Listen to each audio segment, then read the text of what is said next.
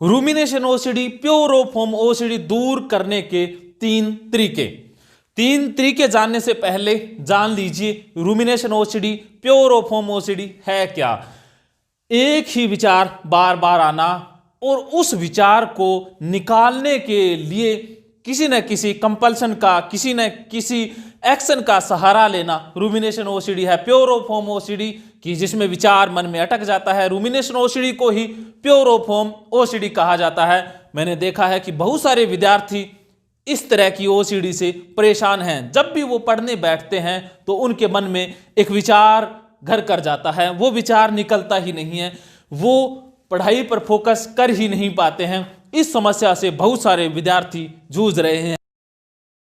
विद्यार्थी rumination, प्योरोफॉर्म OCD से पीड़ित हैं। बहुत सारे स्टूडेंट विद्यार्थी यहां तक कहते हैं कि सर हम जब एग्जाम में बैठते हैं, जब भी हमारा एग्जाम होता है तो हम एग्जाम पूरा कर ही नहीं पाते हैं। मन में कोई विचार आ जाता है, वो विचार निकलता नहीं है, एग्जाम के ऊपर फोकस होता नहीं है और जो परफॉर्मेंस हमने सोची होती है, जिस लेवल की तैयारी की होती है, उस एवज में रिजल्ट मिलता नहीं है। बहुत सारे विद्यार्थी ये कहते हैं कि हम आईएएस का, आईपीएस का बहुत सारे टेस्ट, अन्य टेस्ट क्लियर कर गए होते अगर हमारे मन में वो विचार अटकता।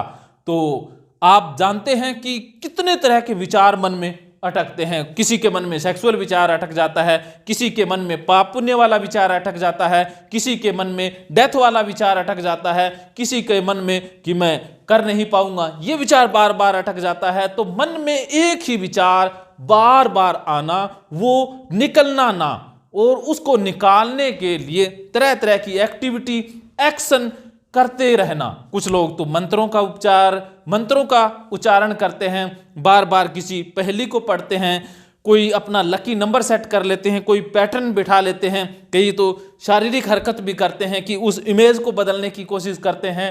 कुछ लोग इस तरह का शारीरिक एक्शन भी करने लग जाते हैं। तो ज़्यादातर रूमिनेशन ओसीडी में, प्योरोफॉर्म ओसीडी में जो कंपल्सन है वो मेंटल ही होता है। मन ही मन जद्दोजहद करनी पड़ती है, मन के अंदर ही एक युद्ध सा चलने लग जाता है। सारी एनर्जी इन विचारों में खपत लग जाती है, काम करने के लिए एनर्जी बचती नहीं है, पढ़ाई के लिए। फिर लोग कहते हैं कि तू बड़ा उदास सा रहता है, बेचैन रहता है। कोई बताए तो क्या बताए कि मन में क्या महाभारत छिड़ा हुआ है, मन कितना बेचैन है। तो अब 3 तरीके जान लीजिए मन की इस बकबक को रोकने के लिए। पहला तरीका है ट्राई टू मेडिटेशन, कि इंसान को मेडिटेशन करने की कोशिश करनी चाहिए। कुछ समय बैठना चाहिए, सिर्फ बैठ जाना चाहिए, आंखें बंद करके या आंखें खुली रख के।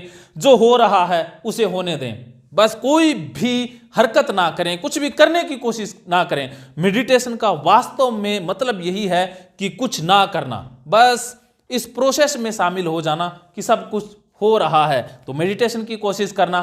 दूसरा है वर्तमान में रहने की कोशिश करना, कि सामने जो है उसी में खो जाना, कि बस वर्तमान में पूरी तरह से इन्वॉल्व हो जाना। मन कभी पास्ट में होता है, कभी फ्यूचर में होता है, भविष्य की किसी भी डरावनी पिक्चर में उलझ जाता है। उसी समय वर्तमान में रहने की कोशिश करनी है। तीसरा तरीका है भागवत गीता। भागवत गीता में कृष्ण ने बहुत अद्भुत रहस्य बताए हैं जिंदगी से रिलेटेड। उन श्लोकों को अपने जीवन में अप्लाई करना कि वास्तव में लाइफ है क्या, वास्तव में हमारी जो इनर शक्ति है, हमारी अंत्य शक्ति है, हमारी चेतना है, हमारा ये ब्रह्मांड है आखिर कैसे चल रहा है। ज्ञान प्राप्त करना या समर्पण, डेडिकेशन से किसी भी कार्य के प्रति, किसी भी इंसान के प्रति समर्पित हो जाना। तो और अधिक गीता के बारे में जानना चाहते हैं तो गीता थेरेपी का पूरा कोर्स भी आप ज्वाइन कर सकते हैं। तो ये 3 तरीके हैं जिससे हम मन की बकबक को रोक सकते हैं।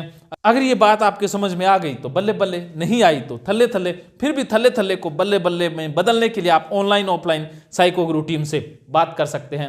अगर आप ऑनलाइन ऑफलाइन साइको गुरु टीम से बात करते हैं तो आपकी थल्ले थल्ले को बल्ले बल्ले में बदलना हमारी जिम्मेवारी है। आप और अधिक वीडियोज़ की और भागवत गीता की जानकारी के लिए rajendra jodhpriya.com वेबसाइट पर विजिट कर सकते हैं। धन्यवाद।